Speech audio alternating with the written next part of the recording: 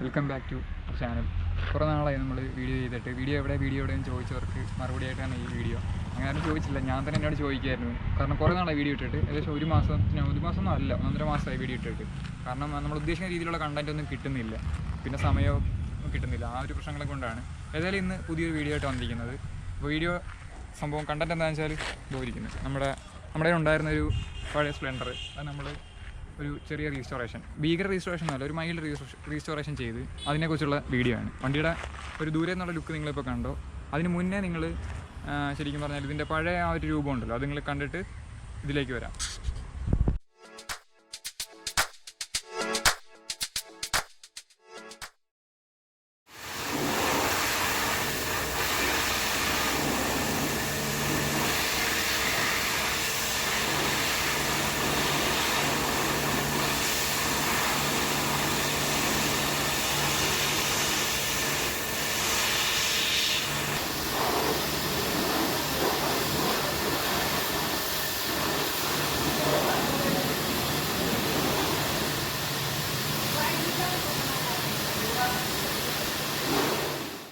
Guys, നമുക്ക് വണ്ടി washing കഴിഞ്ഞ് കിട്ടിയിട്ടുണ്ട്. ക്ലൈമാക്സിൻ്റെ സർവീസ് കൊള്ളാം. പഴയ വണ്ടിയായിട്ട് ഒരു വേദരിവൊന്നും കാണിക്കാൻ തന്നെ നല്ല രീതിയിൽ വാഷ് ചെയ്ത് തന്നിട്ടുണ്ട്. നമുക്ക് ഫുള്ള് വാഷ് ചെയ്ത് 200 രൂപയാണ് അവിടുത്തെ ചാർജ് വരുന്നത് ബൈക്കിന് വാഷ് ചെയ്യുമ്പം, ഫോം വാഷിങ്.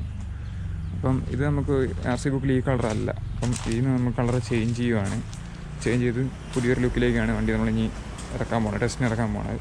അപ്പോൾ ആ ഒരു ലുക്ക് ഇതിൻ്റെ ഫൈനൽ ഔട്ട്പുട്ടിൽ നിങ്ങൾക്ക് കാണാം. അപ്പോൾ ഇതാണ് എൻ്റെ അവസ്ഥ. വീൽ റിംസിലൊക്കെ അത്യാവശ്യം തുരുമ്പുണ്ട്. ഇതൊക്കെ ഒന്ന് റീസ്റ്റോർ എടുക്കണം. പിന്നെ എൻജിൻ സൈഡാണെങ്കിലും കണ്ടില്ലേ, ഇതിൻ്റെയൊക്കെ പോയി ഒരു പഴയ ലുക്കിലിരിക്കുക. അപ്പോൾ അതൊന്ന് റെഡിയാക്കി എടുക്കണം. പിന്നെ സൈഡിലൊക്കെ കുറച്ച് എന്തെങ്കിലും ഡിസൈൻ എലമെൻറ്റ്സൊക്കെ കൊടുക്കണമെന്നുണ്ട്. വേറെ എൻജിൻ സൈഡൊക്കെ ബാക്കി വണ്ടി ക്ലിയർ ആയിരുന്നു, വേറെ വിഷയങ്ങളൊന്നുമില്ല. ഉള്ളതിൻ്റെ ചെറിയ കംപ്ലയിൻ്റൊക്കെ നമ്മൾ ക്ലിയർ ചെയ്തെടുത്തിട്ടുണ്ട്. ഇലക്ട്രിക്കൽ സംബന്ധമായ കംപ്ലയിൻറ്റ്സ് ഉണ്ടായിരുന്നു, അതൊക്കെ റെഡിയാക്കി എടുത്ത് ഫുള്ളി വർക്കിംഗ് കണ്ടീഷനിലാണ്. അപ്പം ഇനി ടെസ്റ്റിന് സമയത്ത് വേണ്ടി കാണാം. അപ്പോൾ നിങ്ങൾ പഴയ ഒരു രൂപം നിങ്ങൾ കണ്ടു. വണ്ടി ഇപ്പം 25 വർഷമായി, എന്നെക്കാട്ടും ഒരു വയസ്സ് ജസ്റ്റ് മൂത്തിയാണ്. 26 കിടക്കുന്നു. അപ്പം ഇതിൻ്റെ ടെസ്റ്റിൻ്റെ വേണ്ടിയാണ് നമ്മൾ ഈ റീസ്റ്റോറേഷൻ വർക്ക് മെയിനായിട്ട് ചെയ്തത്.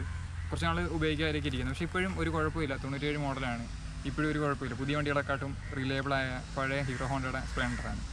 ആ എൻജിൻ്റെ ക്വാളിറ്റി ഇപ്പോഴും ഉണ്ട്. അപ്പം പ്രധാനമായിട്ട് നമുക്ക് വന്നിരിക്കുന്ന മാറ്റം എന്ന് പറയുമ്പം നിങ്ങൾക്കറിയാം, സ്പ്ലെൻഡർ ആണെന്ന് പെട്ടെന്ന് തോന്നത്തില്ല ഇത് കാണുമ്പോൾ. ഈ ഒരു ഹെഡും കാര്യങ്ങളൊക്കെ അത് മുന്നേ തന്നെ മാറ്റിയായിരുന്നു. ശരിക്കും എൻ്റെ ഫാദറിൻ്റെ വണ്ടിയാണ്.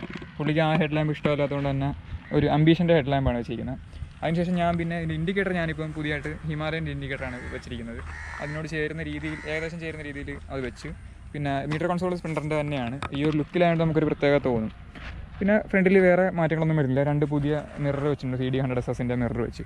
പിന്നെ സൈഡിലേക്ക് വന്ന ടാങ്ക്, നമ്മൾ സ്പ്ലെൻഡറിൻ്റെ ടാങ്ക് അല്ല ഇതും ആംബീഷൻ്റെ ടാങ്കാണ്. കുറച്ചുകൂടി ലെങ്ത്ത് കൂടുതൽ തോന്നിക്കുന്നത്. ചെറിയൊരു ലെങ്ത്ത് കൂടുതലുണ്ട് അതിൻ്റെ ഷേപ്പിൻ്റെ. അത് കംപ്ലീറ്റ് നമ്മൾ ഗ്ലോസി ബ്ലാക്കിലേക്ക് പെയിൻറ്റ് മാറ്റി.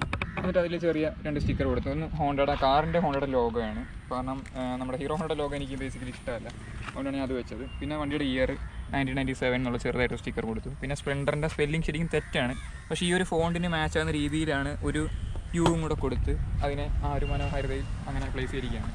പിന്നെ സൈഡിൽ കാര്യമായ മാറ്റങ്ങളൊന്നുമില്ല. എൻജിൻ കംപ്ലീറ്റ് നമ്മൾ മാറ്റ് ബ്ലാക്കിലേക്കാണ് എൻജിന് ചേസസും കംപ്ലീറ്റ് പെയിൻറ്റ് ചെയ്തിരിക്കുന്നത്.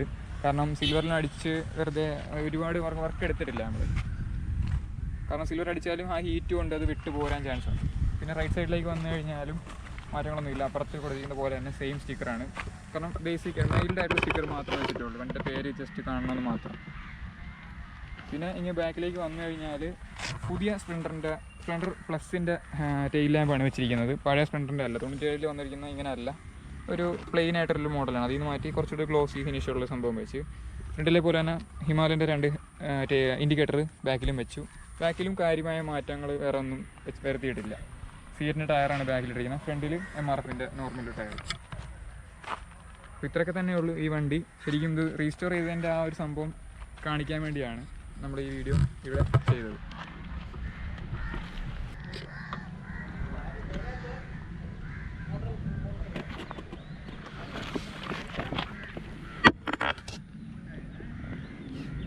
ശ്രദ്ധിക്കണം.